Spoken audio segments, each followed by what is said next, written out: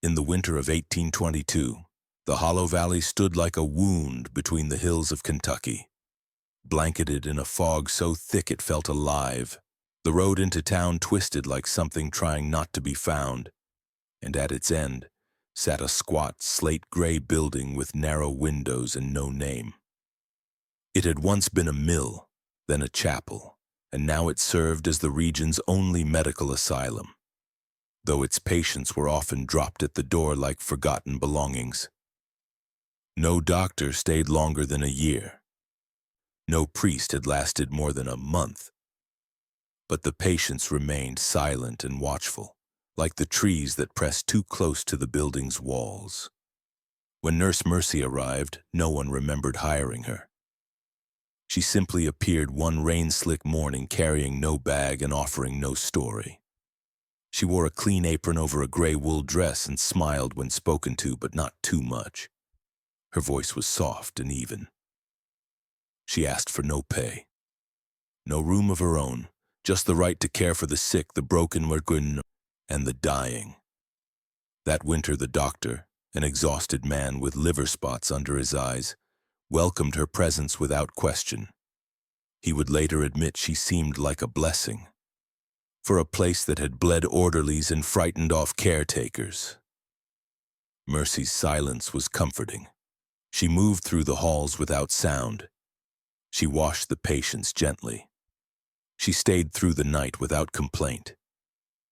But she never touched the chapel, never entered the cellar, and once a week, without fail, she walked into the woods behind the asylum and did not return until dusk.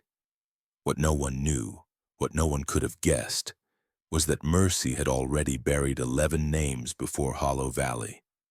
None of them are hers. In a ledger found decades later, scorched and sealed behind a false wall, each of those names was carefully rewritten in the same looping script, then crossed out with a red line. The last page read simply, "I have found the valley. They won't remember what they lose here." In the early days of her arrival, nothing seemed unusual. Mercy kept to herself, rising before the roosters and beginning her rounds before sunrise. She changed bedding, scrubbed basins, and whispered lullabies that had no melody. The patients, most of them mute or fading from dementia, seemed calmer in her presence. Even the violent ones, the man who had clawed open an orderly's cheek and the girl who screamed numbers until she bled, grew docile under her watch. Some claim she had a healing touch. Others say that she gave the patients strange teas brewed from herbs not found in the medical gardens. The local pastor, suspicious of her solitude, asked if she had family. She smiled and said yes, but none that walked anymore. When he asked what brought her to the asylum, she tilted her head and answered, "This is where the rot gathers. Where else would I be?" By midwinter, a pattern had begun to form, though no one noticed it then. Patients who had survived years of decay, withered minds and rotting bodies, suddenly declined quietly and cleanly. There was no violence, no trauma, no bleeding. Just absence. One by one they stopped speaking, then eating, then moving. Their eyes grew distant. Their fingers curled as if holding something unseen. They died with no struggle, usually in the early morning and always under her care. The doctor logged the deaths as natural. After all, these were patients long past saving. But the frequency was unsettling. 5 deaths in 6 weeks. Mercy cleaned their rooms before breakfast, humming softly, scrubbing the floor with vinegar and ash. She did not cry. She did not pause. And when the doctor asked if she needed time to grieve, she only said, "They were ready." What made the deaths harder to question was how clean they appeared. Each body had been washed and laid out with reverence, as if prepared for something beyond burial. Their eyes were closed. Their lips were stitched shut, not with thread but with a sticky resin that hardened like tree sap. It was so subtle that most didn't notice until the coroner pointed it out. When asked, Mercy said it was to keep the last thing in. She would not elaborate. The doctor, though disturbed, chose not to report it. Who else would care for the asylum if she left? As the thaw of spring neared, Mercy's influence deepened. The other staff began taking longer breaks. They trusted her to handle night rounds alone. Even the doctor, worn and distracted, began drinking earlier each day, leaning more and more on her silent competence. She became a ghost in their minds, present but unnoticed, like wallpaper or dust. But the patients never forgot her. In their few lucid moments, they all spoke the same name. Not hers, not Mercy, but something older, something that echoed through the halls in whispers no one wanted to hear.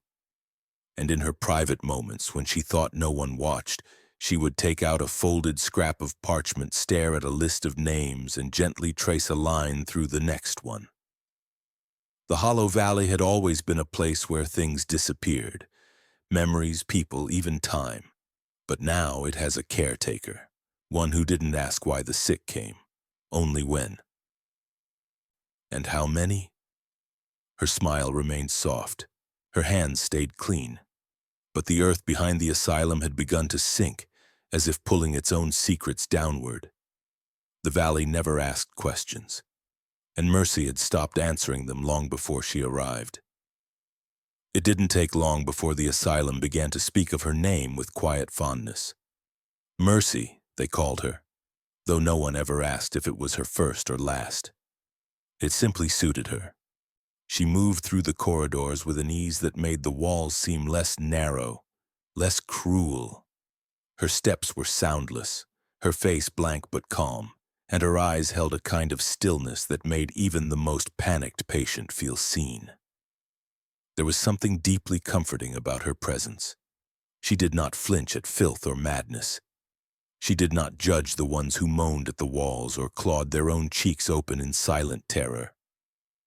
She spoke softly but not sweetly. Her tone held no warmth, just the assurance of steadiness, like someone who had seen the worst of the world and decided to sit with it. Her hands were often cold but always clean. The patients, even the ones considered lost to madness, began to respond to her touch. Some even smiled when she entered, others wept. The staff said she had the soul of a carer, but they didn't know how close to the truth they really were. Mercy did not come to soothe pain. She came to understand it. In the ledger tucked behind the locked drawer of the front desk, a strange detail began to form. Each time a new patient was admitted, regardless of background, regardless of name, Mercy would take the entry slip from the attending physician and write the name Elias in the first column. The rest of the information remained intact: age, symptoms, arrival date. But always the name was Elias. Elias Smith, Elias Carter, Elias Rose. No one questioned it at first. The asylum was underfunded, overwhelmed and far from oversight. Clerical errors were routine. Some assumed it was shorthand. Others believed she used the name for easier identification, perhaps to keep patients anonymous in case of escape. But there was no policy that explained it. When the head nurse finally asked her, Mercy looked up with that same calm expression and said, "It's easier this way. They forget their names eventually, but Elias they remember." Then she went back to folding gauze without another word. The strangeness of it didn't stop there. Patients who entered with different histories began to exhibit similar symptoms within days of arriving. Tremors in the left hand, insomnia that pulsed like a fever, an aversion to mirrors. Some began to mutter things in their sleep, not words but rhythms, like pieces of a prayer said backwards. One man who had never spoken since his injury in the mines began whispering a single phrase over and over, the one name, the only name. No one made the connection. No one wanted to. They were too busy with the bodies, because even though Mercy's presence had brought calm, the death toll was still climbing. Patients weren't dying violently or in obvious ways. They were just folding inward, withering. Their minds would disappear first, then their appetite, then their strength. When death came, it was quiet and as if they had simply been emptied out. Mercy was always the one to clean the body, always the one to sign the ledger, and always the one to mark deceased Elias at the top of the form. The doctor had started to rely on her without realizing it. She filed his papers, administered medications, and soothed patients better than any sedative. But behind her diligence was a methodical rhythm that never broke. Every towel was folded the same. Every drawer was organized precisely. Every death was catalogued on a separate sheet kept in her apron pocket, written in a round, childlike script. The names were never the real ones. Only Elias. Elias. Elias. In time, the staff stopped referring to the patients by name. They used room numbers instead. Some joked that Mercy had bewitched the place, but they said it with smiles, with affection. They didn't know they were repeating the name out loud. They didn't notice how often it passed through their mouths without thinking. It had become normal. It had become quiet. Mercy believed that names were anchors. She believed that stripping a person of their name left them open, vulnerable to what lies beneath. She believed that true care was not preserving identity, but removing it. Her mind did not divide people by their histories or wounds. To her, they were all different versions of the same soul, and souls, she believed, were not meant to carry the weight of multiple selves. So she erased them, one by one, softly, without pain, with precision. She saw the ledger not as a document, but as scripture, a holy book in progress where each repetition of the name Elias brought the pattern closer to completion. The asylum had not hired her. It had summoned her, and she had answered, not with knives or chains, but with linens and clean fingernails and a name that echoed through the halls long after the patients stopped breathing. The name had power. The name was the gate. No one noticed when the number of Eliases outnumbered the official patient list. No one asked why the ink on her entries never faded, even as the pages yellowed with time. The chapel remained locked. The woods remained silent. And Mercy, with her soft voice and perfect posture, continued to walk the halls like a surgeon of the soul, peeling names from flesh like old bandages, replacing them with one that fit all wounds. The name that whispered in sleep. The name that watched from the dark. The name she had carried long before she became a nurse. Elias. Always Elias. And by spring, even the staff had stopped remembering who the patients once were. The man in room 3 had not spoken in weeks. His eyes stayed open even when he slept, and his breath had become shallow and steady like the ticking of a forgotten clock. Mercy had spent more time with him than anyone else. She fed him by hand, cleaned him when he soiled himself, and whispered to him at dusk. No one knew what she said. The man, once a farmer, had come to the asylum after being found in a barn surrounded by dead livestock, each one opened with surgical precision. He never explained why. He just sat. He just stared. When he died, it was without any struggle. Mercy was the first to find him. She didn't scream or call for help. She simply laid a sheet over his body and folded his hands in the same strange way that she had with the others. Left thumb tucked, right palm turned upward, like an offering. The doctor logged it as natural causes, given the patient's fragile state. But something was wrong.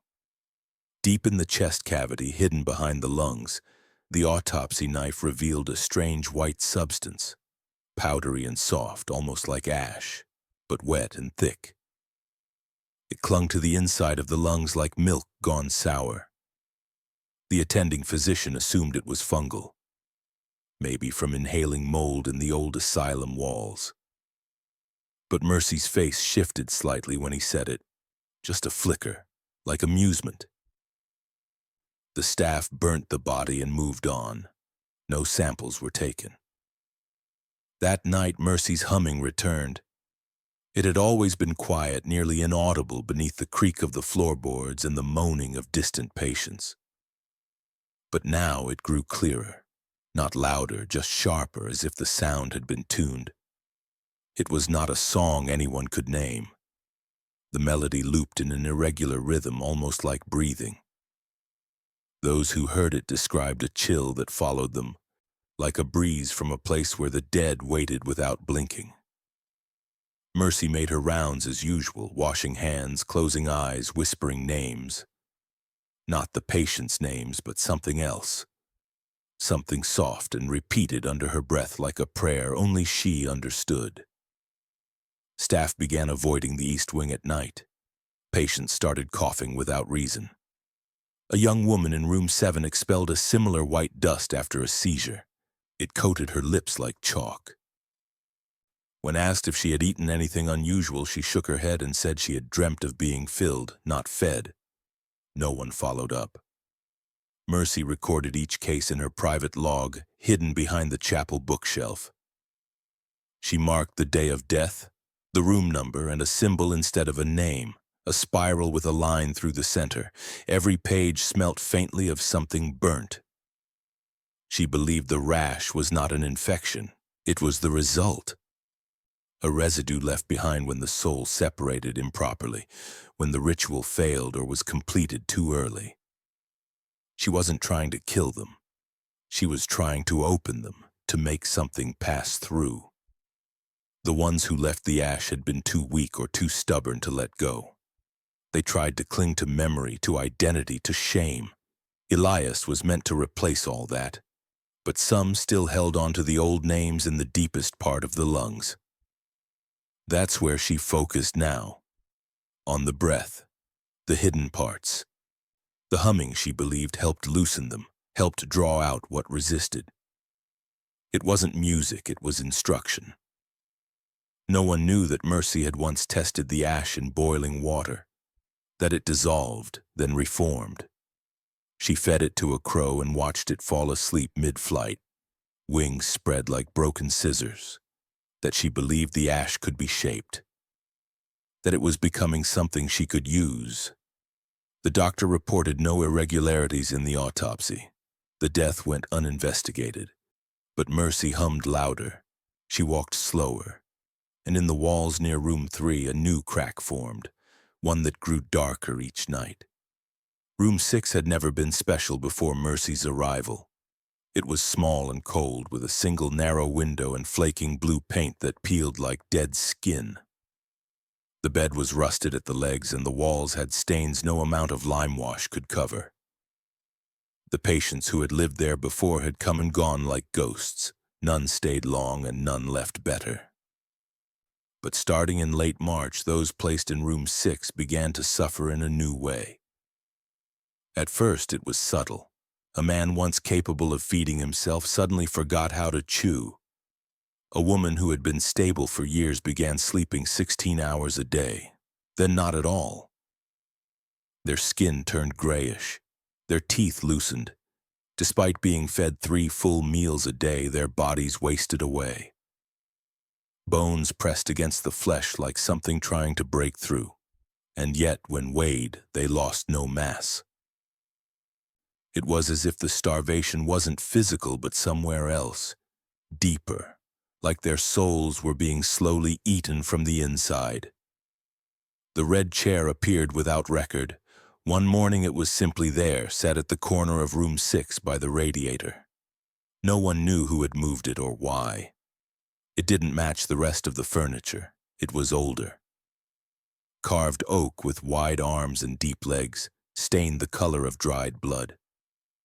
The staff assumed it had been pulled from storage. The patient, a quiet boy no older than 16, began fixating on it almost immediately.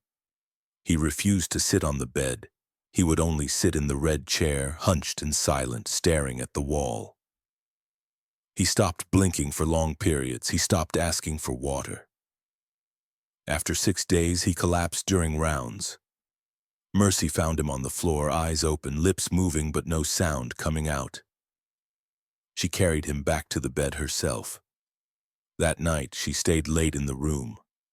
Her shadow cast long across the hall as she lit a candle and wrote something onto the walls behind the bed frame. Not with ink, but with the burnt end of a match. The next morning, the boy's mouth was stitched shut. It wasn't done with thread. It was done with hair, long and fine, threaded through the lips in an almost perfect arc, holding them in place like buttons on fabric. When the doctor cut the sutures open, he found the boy's tongue gone. In its place was a curled leaf, browned and brittle, sewn carefully to the roof of his mouth with the same hair. No blood, no sign of struggle, just the smell of rot and something sweet underneath like honey left in the sun. The doctor vomited. Mercy said the boy had been trying to say the wrong name. She offered no further explanation. The leaf was burnt with the body. The red chair remained. Over the next few weeks, 3 more patients were assigned to room 6. Each one deteriorated within days. One bit off her own fingers. Another was found whispering to the wall in a language no one recognized. A third wrote the word Elias over and over on his bed frame until his fingernails cracked and peeled away from the skin. Staff begged the doctor to close the room. He refused. There were no other beds. Mercy said the room was not the problem. The hunger was. The room only revealed it. No one asked what that meant. No records were kept about the chair. No one moved it. And yet it always faced east, even after being turned. The doctor stopped looking inside room 6 entirely. He left the door open, and when it creaked at night, the sound echoed through the halls like breathing. Mercy began spending more time there, just sitting, staring at the same wall the boy had stared at. She never spoke during those hours, she just listened. And from somewhere inside that cracked wall, something began to listen back. The apprentice's name was Charles, a thin and careful young man sent from Lexington to learn medicine in the field.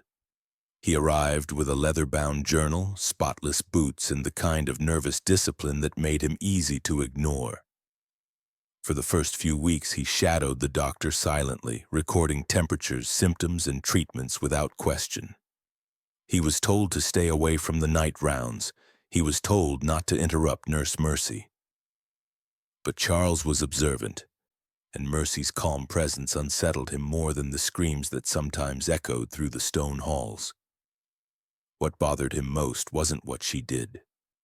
It was what she left behind. In the dimly lit mortuary below the asylum where the bodies were prepared before burial, Charles noticed a pattern. Each time a patient died under Mercy's care, their hands were arranged in strange positions, not folded neatly like in a church service, not resting naturally at the sides.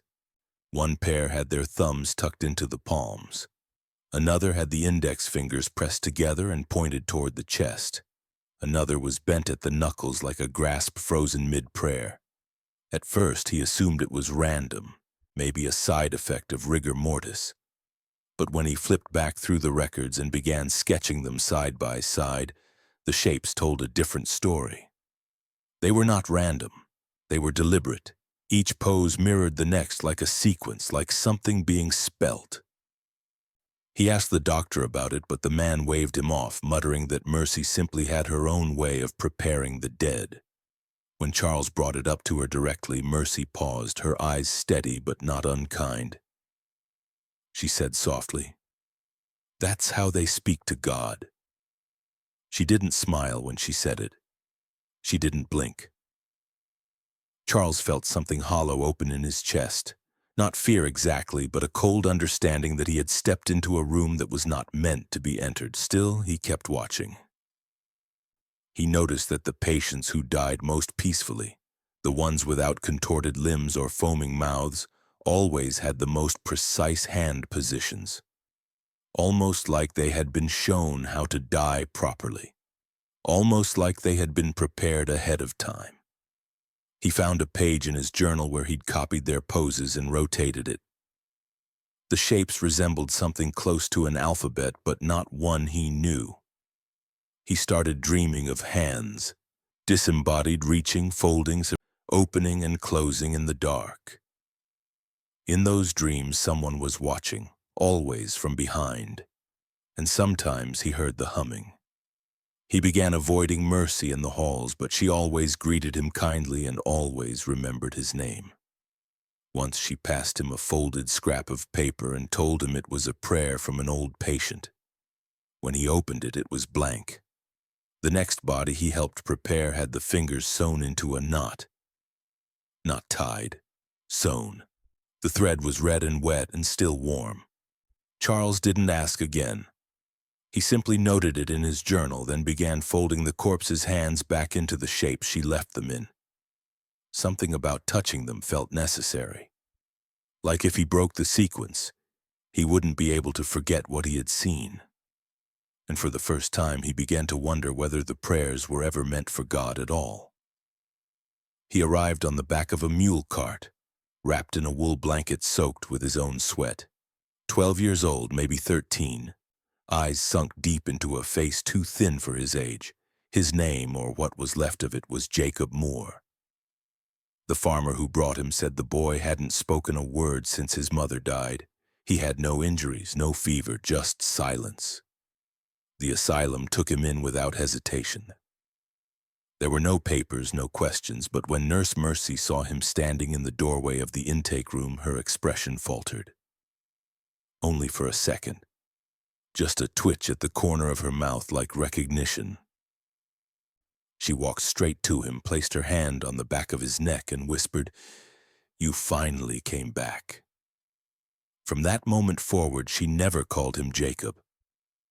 She called him Elias, not in the casual way she named all the others, but with a kind of reverence, as though the name belonged to him alone. To the staff, it seemed like Mercy had simply grown attached. But to Mercy, this was not attachment, this was confirmation. The boy had a birthmark on his shoulder, shaped like the twisted roots of a tree, spreading down toward his ribs like black veins. She would press her palm to it during morning washes, her eyes closed, lips barely moving. She told no one what she whispered. Within days, the boy began to decline, but not in any way the doctors could explain. His skin remained intact, his heart steady, and there were no signs of fever or infection. But he wouldn't speak, wouldn't eat unless Mercy fed him. He spent hours staring at the chapel door, unmoving, as if waiting for something to step out. The doctor thought it might be trauma. Mercy said it was awakening. At night, her humming returned, louder than before, unbroken for hours. Staff reported seeing her walk the halls with a jar in her hands, holding it like a holy relic. When questioned, she said it was medicine for the boy's sleep.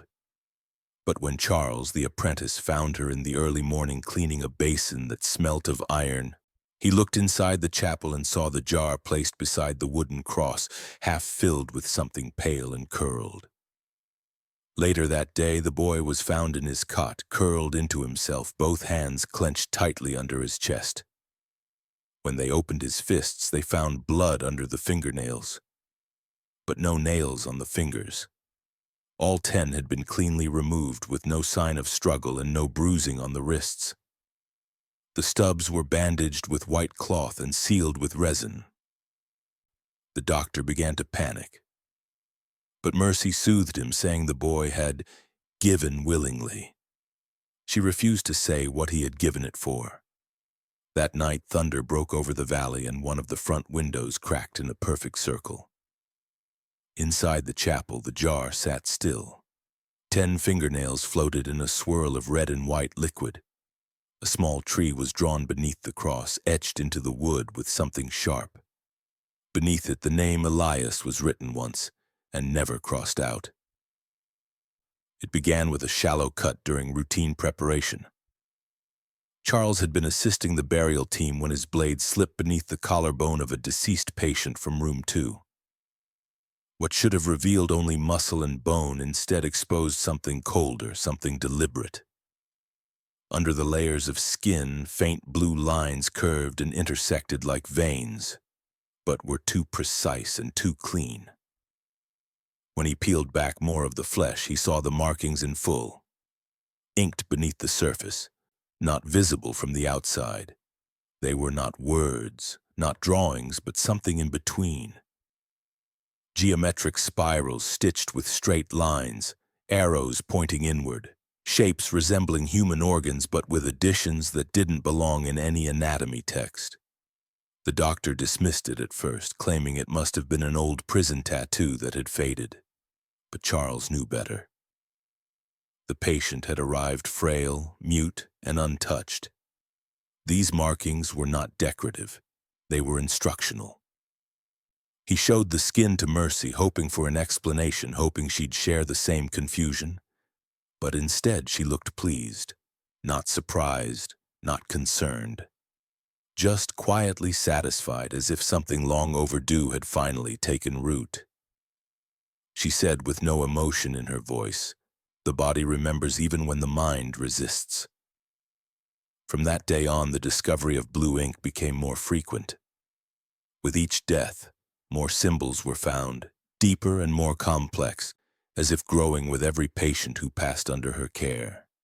Some were etched into the thighs, some along the spine, and some delicately drawn around the ribs like ceremonial armor.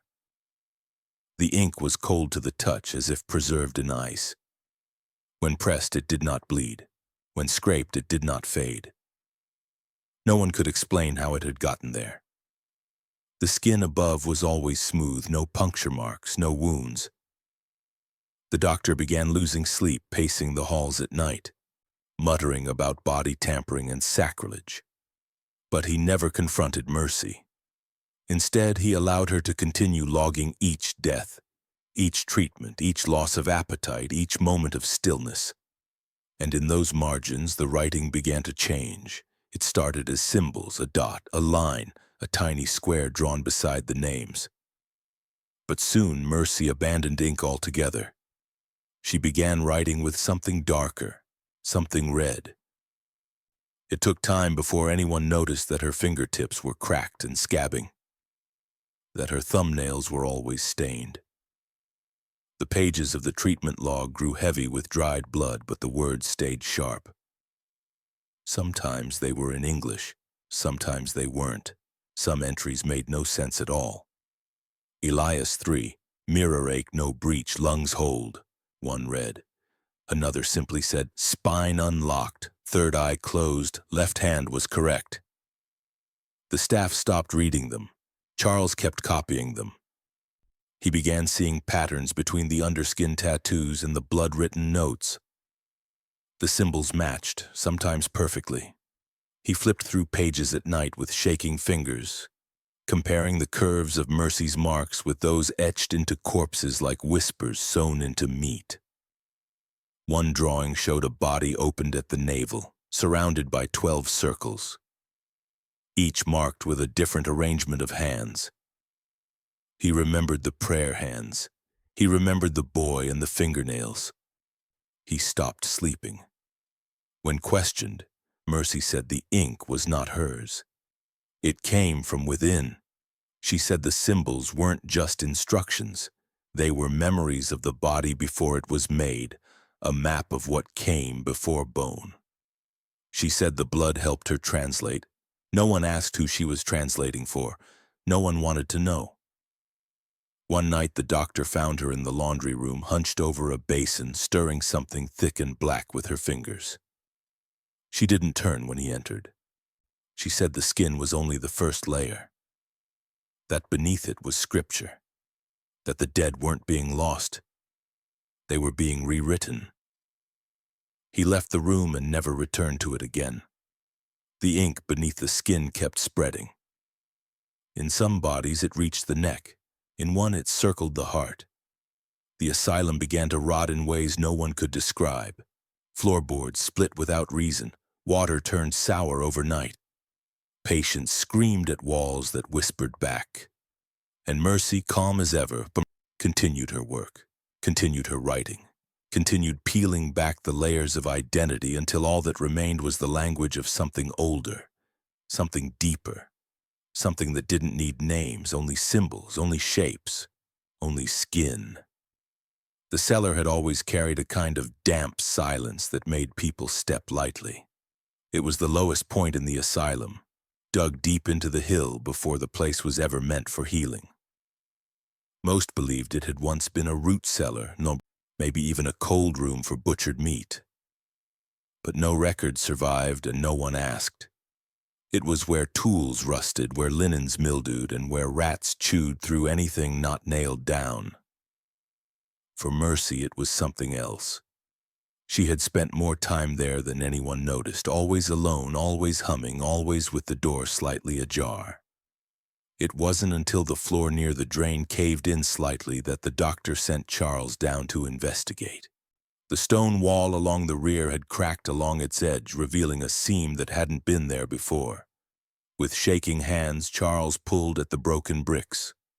Behind them, a hidden passage opened, just wide enough to crawl through, thick with a smell that wasn't rot but something older, like dried marrow and bitter metal. Inside, the hidden room was narrow and low-ceilinged, carved roughly by hand with no torch hooks and no sign of tools. The light from Charles' lantern revealed the first horror. Bone not scattered but arranged, not as remains but as instruments. Long femurs sharpened into hooks, jawbones fixed together with wire to form clamps, vertebrae stacked and fused with twine-like makeshift forceps. Every tool had been shaped, not randomly but with intent, as if someone had studied surgery not from books but from inside the body itself. Beside them sat trays of clay molded into crude human-like faces, blank, unpainted, each one shaped with careful thumbs, the eyes hollowed out, not round but slashed, too wide and too deep. There were no mouths, none had names. In the far corner sat a small wooden altar, more primitive than sacred, its legs uneven and darkened by something that had soaked into the grain, and on it rested a clay face different from the others, darker, heavier, pressed with fingerprints like bruises in wet earth. Embedded in the center, where the mouth should have been, was a heart, still wet, still beating. Charles dropped the lantern. It struck the floor without breaking, but the light flickered, casting long, impossible shadows along the walls. He didn't scream. He couldn't. He stumbled back, knocking over a tray of bones that clattered like teeth across the stone. Somewhere behind him he heard something shift. Not footsteps, but pressure, like breath from a sealed mouth. He crawled out of the passage and sealed the bricks as best he could, telling no one what he saw. That night, Mercy did not hum. She did not leave her room. But the jar beside the chapel was full again, and the boy with the tree-shaped birthmark had begun bleeding from his eyes. The doctor claimed it was a burst vessel. Mercy called it the offering. Later that week, the heart was gone. So were 3 of the clay faces, but new tools appeared on the shelf in the surgical room. Metal, not bone, but with handles wrapped in something fibrous and pale. Mercy used them without hesitation. She said they worked better with soft organs. Charles recognized the shapes but said nothing. He stopped drawing in his journal. He stopped eating meat. He began seeing faces in puddles and hearing the sound of bone grinding in his sleep. The room behind the cellar stayed sealed, but in the laundry bins, pieces of dried clay began to appear, flecked with something pink, too fresh to be dust. And no one questioned how the surgical tools always stayed clean, even when the bodies didn't. It was never clear why Charles was drawn to the drawer in the first place. It had always been there, tucked beneath the intake desk in the asylum's front office, its brass handle dulled from years of use. But something about the way Mercy had touched it one morning, resting her hand on it for just a second too long, had made him stop. The drawer was locked. There was no key nearby, no mention of it in the ledgers. For weeks, Charles watched it from a distance, saying nothing, pretending it didn't matter. But the feeling that something waited inside, something important, something unfinished, only grew stronger.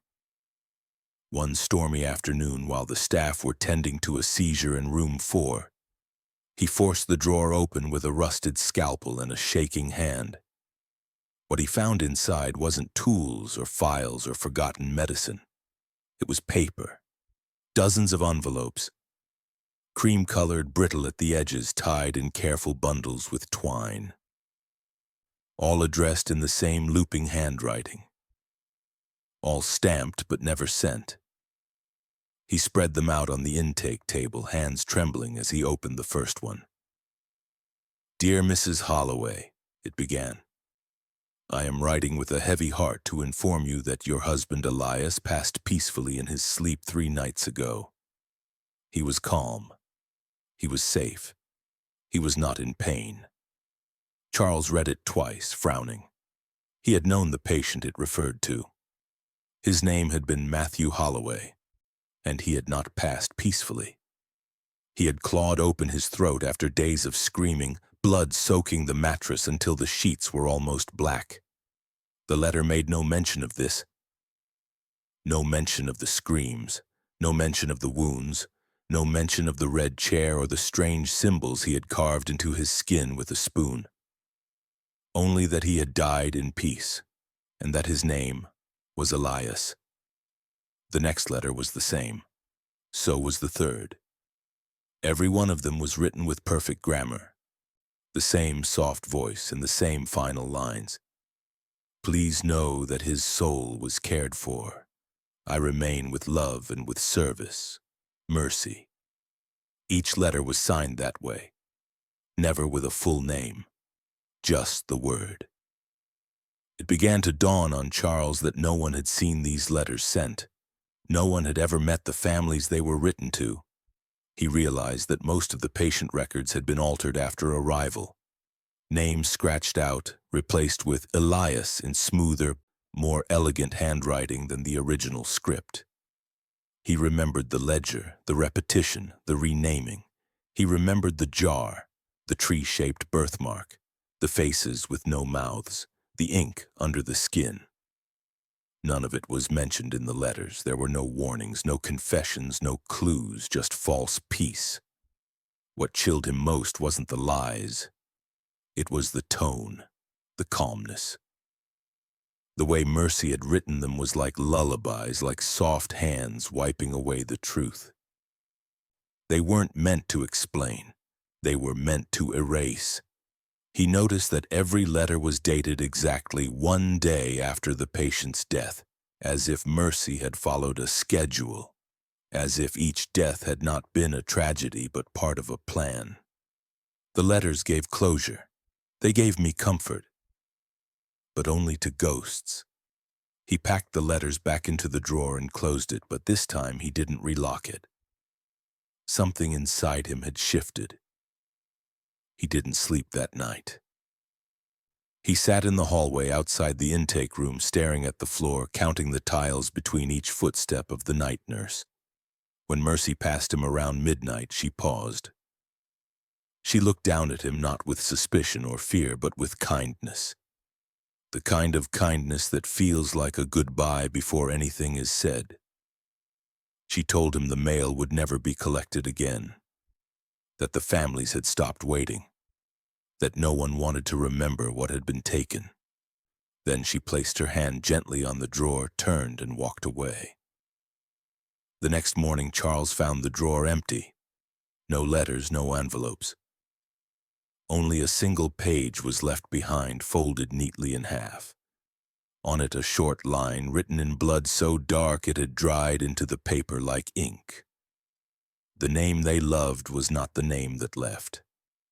Charles never spoke of it again. But he began to write his own letters. None of them were sent.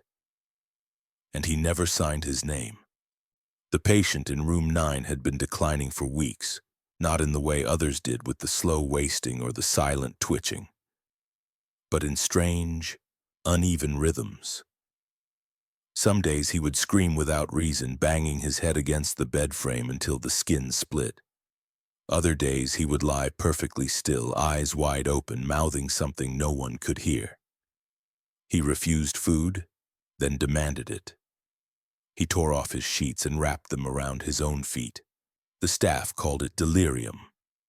The doctor said it was late-stage hysteria, but Mercy began spending more time with him, especially at night. She would sit beside him in silence for hours, watching his throat as if waiting for something to move beneath the skin. She didn't soothe him. She didn't touch him. She simply watched, like someone expecting a message. And then, without warning, he died. No spasms, no collapse, just stillness. His mouth fell open, his eyes rolled back. And for a brief moment, the room felt heavier, like the air itself had thickened. The staff came to collect the body just after dawn. Charles was the one to lift the jaw shut, pressing gently beneath the chin to give the corpse a final rest. But as his fingers touched the cold flesh, a low buzzing rose from the throat. It was faint at first, like a trapped insect, then louder, then many.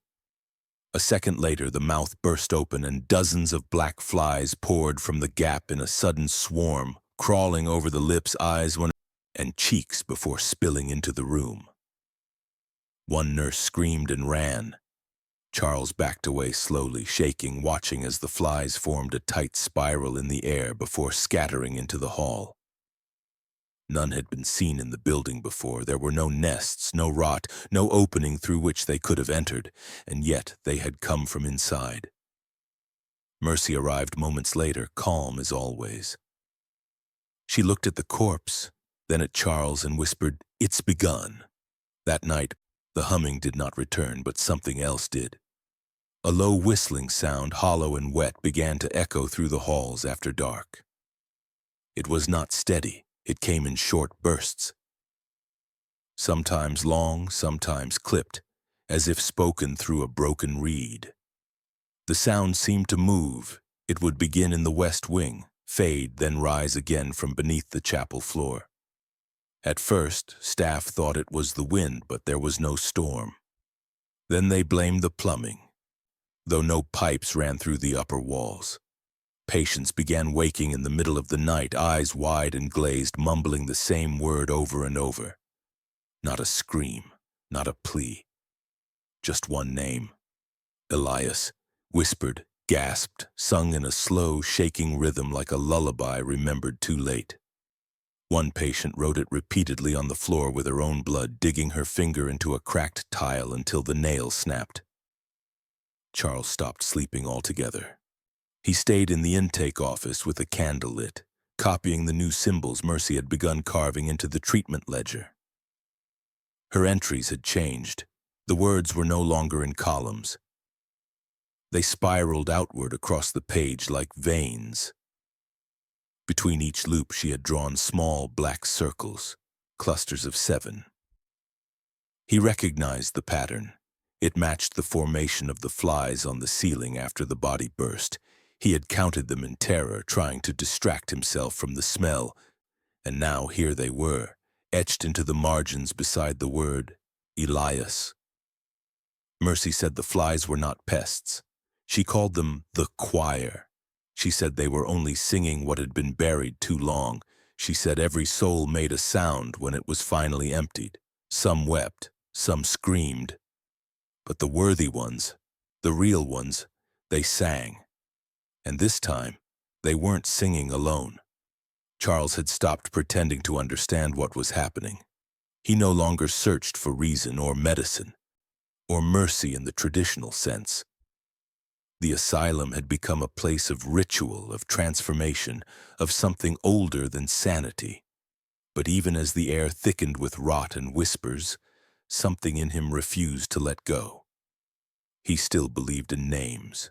He still believed in the truth, and when he finally confronted her, he did so not with anger, but with desperation. He found her in the linen room, folding cloth with the same calm grace she applied to the dying. He asked her what Elias meant, why the names were taken, and why the bodies were changed. He asked what she had buried in the cellar, what she was making from the dead, and why she was humming when no one else remembered the tune. Mercy did not answer. She simply looked at him and said, "You were not made right." Her voice didn't shake, her hands didn't stop moving.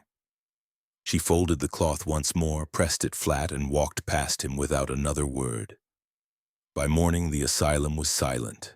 No flies, no humming, no breath from room 3. Charles was found on the floor of the surgical room, not murdered, not butchered, but carefully undone. His body had been turned inside out, not ripped or torn, but inverted, as if each layer had been unrolled with patience and skill. His skin was laid neatly to the side like an apron. His ribs had been removed and arranged into a perfect circle around his torso. Each organ was placed with surgical precision on the tiled floor, cleaned, labeled with chalk, and set in a pattern that resembled the same diagrams Charles had copied from the corpses. The only thing left in its original place was his heart, still connected by a single thread of vein, pulsing once every few seconds like it hadn't decided if it should stop. His eyes were open and they were dry. Pinned to his forehead with a surgical needle was a small note written in Mercy's unmistakable hand. Corrected. The doctor collapsed when he saw the body. One nurse screamed and didn't stop until she fainted. But Mercy remained calm. She collected the surgical tools, wiped each one clean, and returned them to the drawer. She said Charles had been brave but unfinished, that his thoughts had been sharp but his shape had never matched them. She said he was always trying to make sense of things that were meant to be felt, not solved. She said the body had remembered what he could not. The doctor wanted to report the death, but there was no one to report it to. The nearest sheriff hadn't visited in over a year.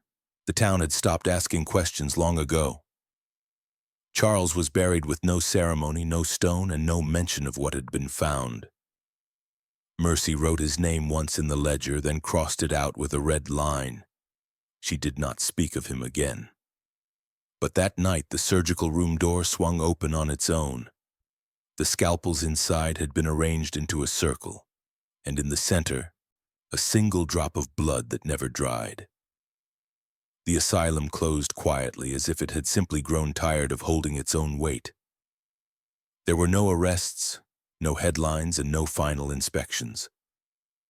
A letter from the county arrived, folded in 3 and damp with mildew, stating that the institution would be shut due to sustained unsanitary conditions and staffing losses. It did not mention the bodies. It did not mention the humming, the inverted boy, or the flies.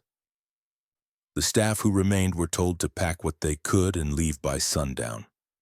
Most didn't take anything. Some didn't speak again. The doctor was the last to exit the building. He walked through the halls like a man trying to forget the shape of a dream. He paused at the chapel door but didn't open it. He left the ledger on his desk, pages torn and soaked with dried blood, the final entry still damp.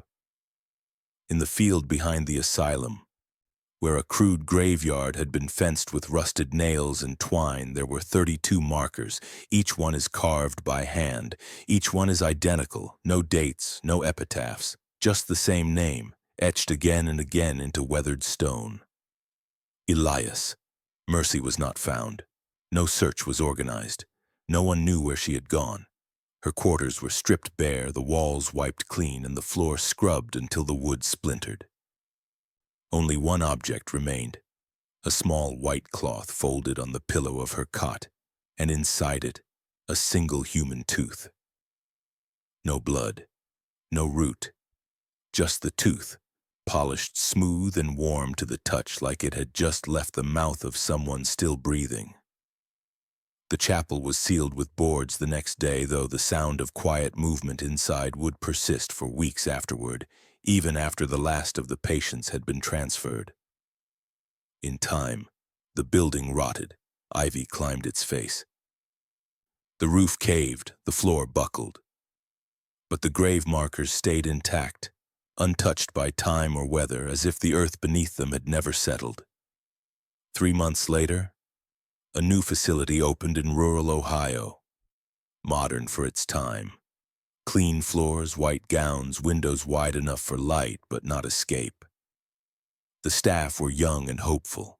Their first hire was a traveling nurse, soft-spoken, efficient, with perfect penmanship and no requested wage.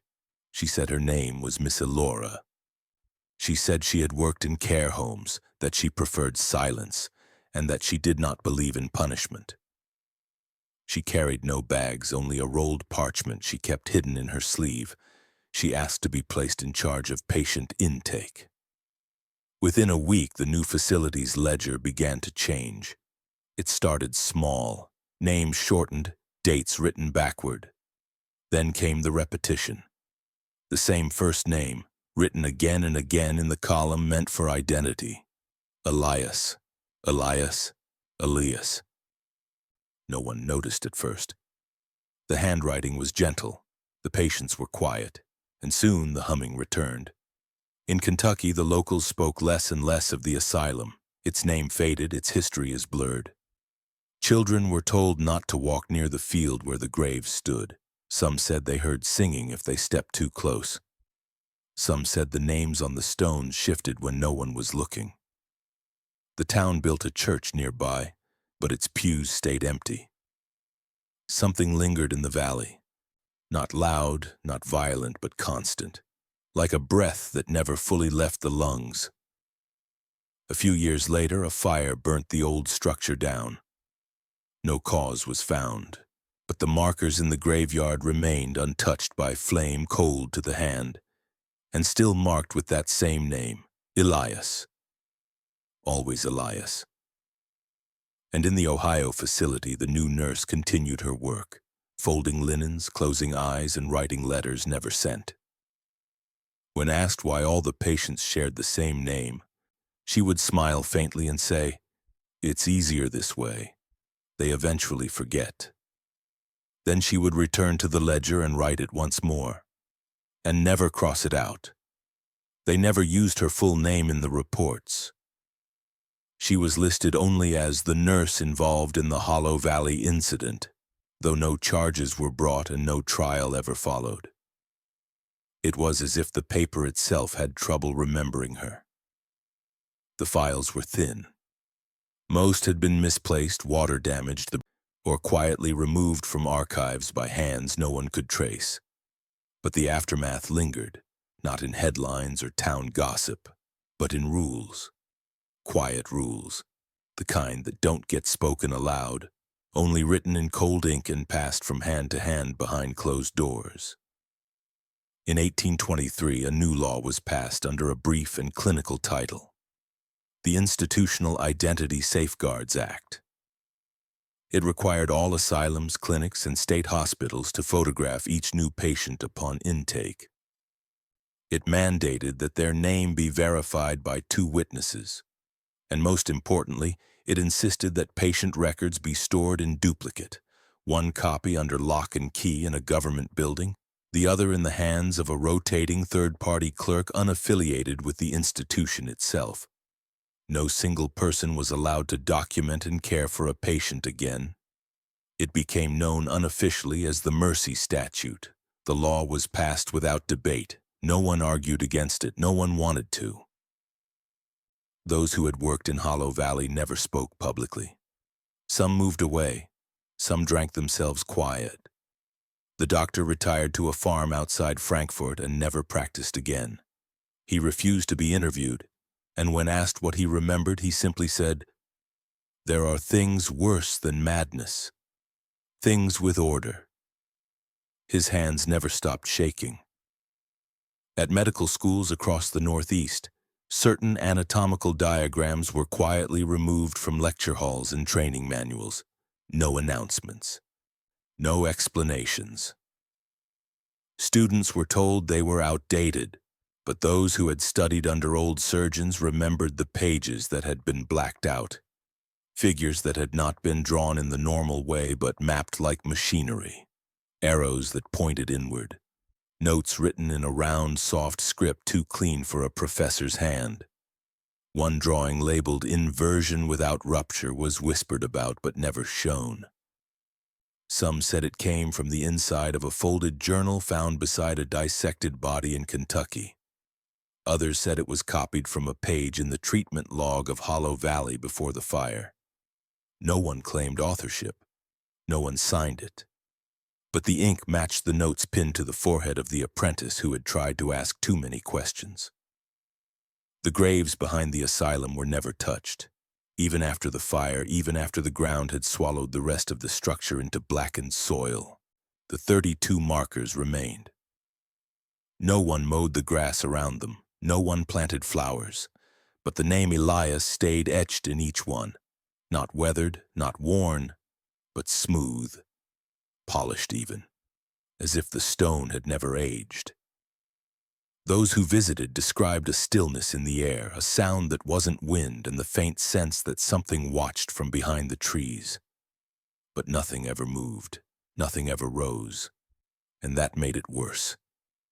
Evil, when it's loud, can be fought. It can be pushed back, named and punished. But the evil that moves in quiet rhythm, that folds sheets, writes letters, holds hands without shaking, that kind is harder to bury. It doesn't scream, it doesn't stain. It whispers, then it forgets, and the world forgets with it. That is what Mercy understood better than anyone.